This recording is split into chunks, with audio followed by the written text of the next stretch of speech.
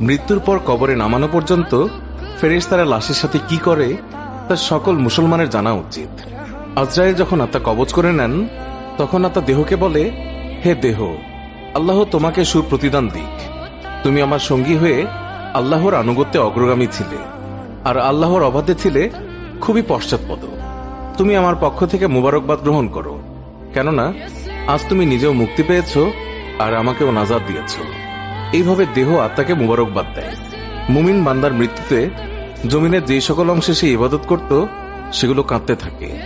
আকাশের যেই সকল দুয়ার দিয়ে তার নেক আমল উপরে উঠত সেই সকল দুয়ার তার জন্য কাঁদতে থাকে।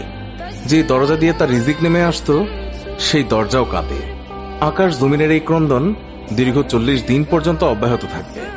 মালাকুল মউত যখন তার আত্মা কবজ করে নেয় তখন তার দেহের হেফাজতের জন্য সেখানে 500 ফেরেশতা দাঁড়িয়ে থাকে। যদি কেউ তার লাশের পাশ ফিরাতে চায় তখন ফেরেশতারাও এই কাজে মানুষের সহযোগিতা করে। এমনকি কাফন পরিধান এবং সুগন্ধি মাখানের কাজেও ফেরেশতারা অংশ নেয়। লাশের সম্মানার্থে ফেরেশতারা 2 সারি করে ঘর থেকে কবর পর্যন্ত দাঁড়িয়ে যায়। জানাজা পর্যন্ত অতিক্রম করে তখন তারা অভ্যর্থনা জানায়, তার জন্য ক্ষমা প্রার্থনা করে। মুমিনের মর্যাদার এই অবস্থা দেখে ইবলিস এত জোরে চিৎকার করে ওঠে যে তার দেহের হাড়ের কোনো কোনো গ্রন্থির বন্ধন এই সময় ছিঁড়ে যায়। সে আক্ষেপের সাথে তার সঙ্গীদের বলতে থাকে, তোমাদের সর্বনাশ হোক, এই বান্দা তোমাদের ফাঁদ থেকে কিভাবে ফসকে গেল। ইবলিসের সঙ্গীরা বলে, এ নিষ্পাপ ছিল, তাই আমাদের ফাঁদে আটকায়নি। মালাকুল মউত যখন তার আত্মাকে নিয়ে আকাশে আরোহণ করে তখন হযরত জিবরাইল আলাইহিস সালাম 70,000 ফেরেশতা নিয়ে তাকে অভ্যর্থনা জানায়। আর সকল ফেরেশতারা তার কাছে আল্লাহ তাআলার সন্তুষ্টির সুসংবাদ জানাতে থাকে।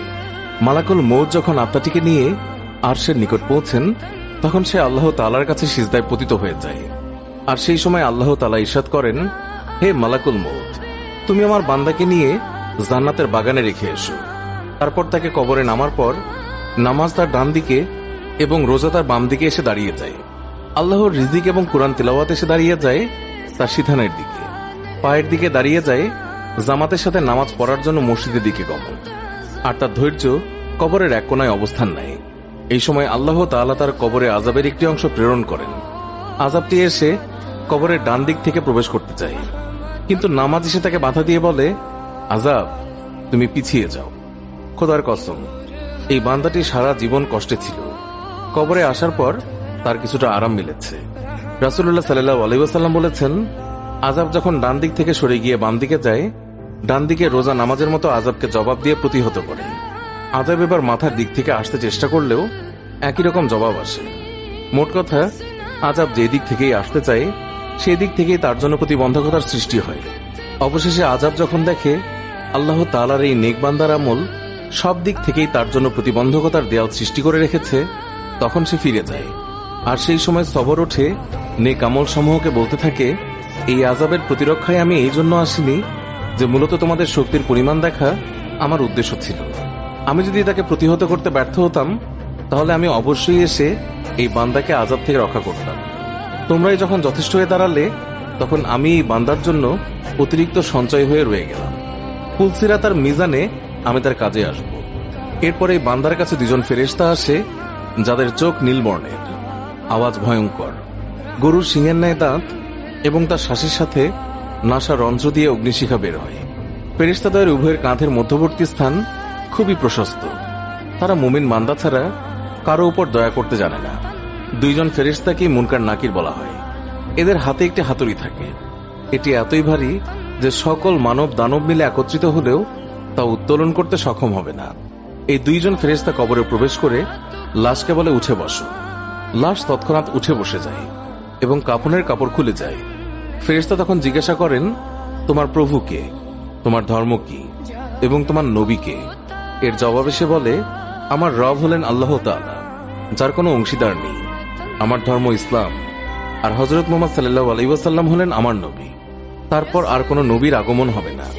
ফেরেশতারা জবাব শুনে বলল, তুমি সত্য বলেছ। অতঃপর কবরকে চারদিক থেকে প্রশস্ত করে বলেন, তুমি উপরের দিকে একটু তাকিয়ে দেখো। সে উপরে তাকায়। তখন আকাশের শেষ সীমানা পর্যন্ত তার চোখের সামনে ভেসে ওঠে।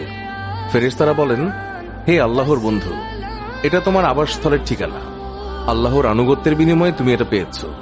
বর্ণনার এই পর্যায়ে এসে রাসূলুল্লাহ সাল্লাল্লাহু আলাইহি ওয়াসাল্লাম বলেন, এই সত্তার কসম, যার মুঠোয় আমার প্রাণ। মুমিন বান্দার তখন এতই আনন্দ অনুভূত হয় যা কখনো শেষ হবার নয়। অতঃপর ওই বান্দাকে আবার নির্দেশ দিয়ে বলা হয় যে তুমি নিচের দিকে দেখো।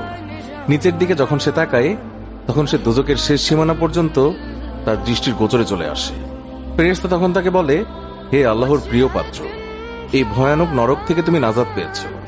রাসূলুল্লাহ সাল্লাল্লাহু আলাইহি ওয়াসাল্লাম ইরশাদ করেছেন, ওই বান্দার এই সময় এমন পুলক হয় যা কখনো সমাপ্ত হবার নয়।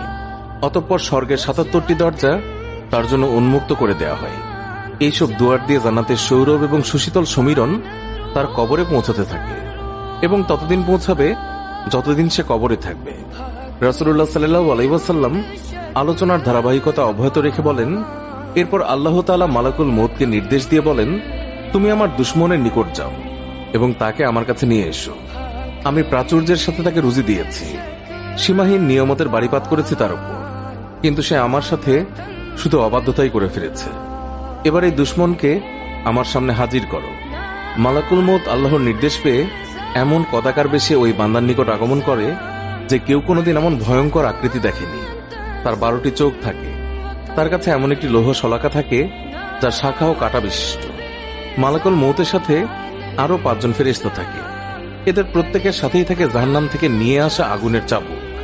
মালাকুল মউত অবাধ্য বান্দাকে চাবুক দিয়ে এমন ভাবে আঘাত করে যে প্রতিটি কাঁটা তার সারা শরীরের দেহতন্ত্রের মূলে গিয়ে বিদ্ধ হয়ে যায়।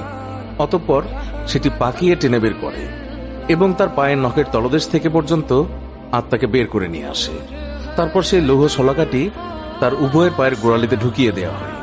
তখন আল্লাহর এই দুশমনের এতই কষ্ট হয় যে বেদনায় সে কাতরাতে থাকে। এমন সময় বাকি ফেরেশতারা তাদের হাতের চাবুক দিয়ে তার মুখমণ্ডল এবং পশ্চাৎ দেশে অনবরত প্রহার করতে থাকে। এই সময় তার আত্মাকে টেনে সারা দেহ থেকে গোড়ালিতে নিয়ে আসা হয়। শাস্তির এই পর্যায়ে শলাকাটি তার হাঁটুতে ফোটানো হয়। তখন সে বেদনায় ছটফট করতে থাকে। এমন সময় ফেরেশতারা আবার আগুনের চাবুক দিয়ে তার মুখ এবং নিতম্বে মারতে শুরু করে। হাঁটু থেকে শলাকাটি বের করে ঢুকানো হয় তার নিতম্ব দেশে, অতঃপর বুকে এবং সবশেষে কণ্ঠনালীতে, তারপর পূর্বের মতোই সেটিকে টেনে বের করা হয়। এরপর ফেরেশতারা জাহান্নাম থেকে সংগ্রহ করা অঙ্গার তার থুতনির নিচে বিছিয়ে দেয় এবং বলে, হে অপবিত্র আত্মা, তুমি বেরিয়ে এসো। তুমি থাকবে প্রখর বাষ্পে, উত্তপ্ত পানিতে এবং ধূম্রকুঞ্জের ছায়ায়, যা শীতল নয় এবং আরামদায়কও নয়। সূরা ওয়াকিয়া আয়াত 42 থেকে 44। মুসনাদে আবি ইয়ালা। আল্লাহ আমাকে এবং সবাইকে বুঝ দান করুন, আমিন। পোস্টটি ভালো লাগলে বন্ধুদের সাথে অবশ্যই শেয়ার করতে ভুলবেন না। ধন্যবাদ সবাইকে।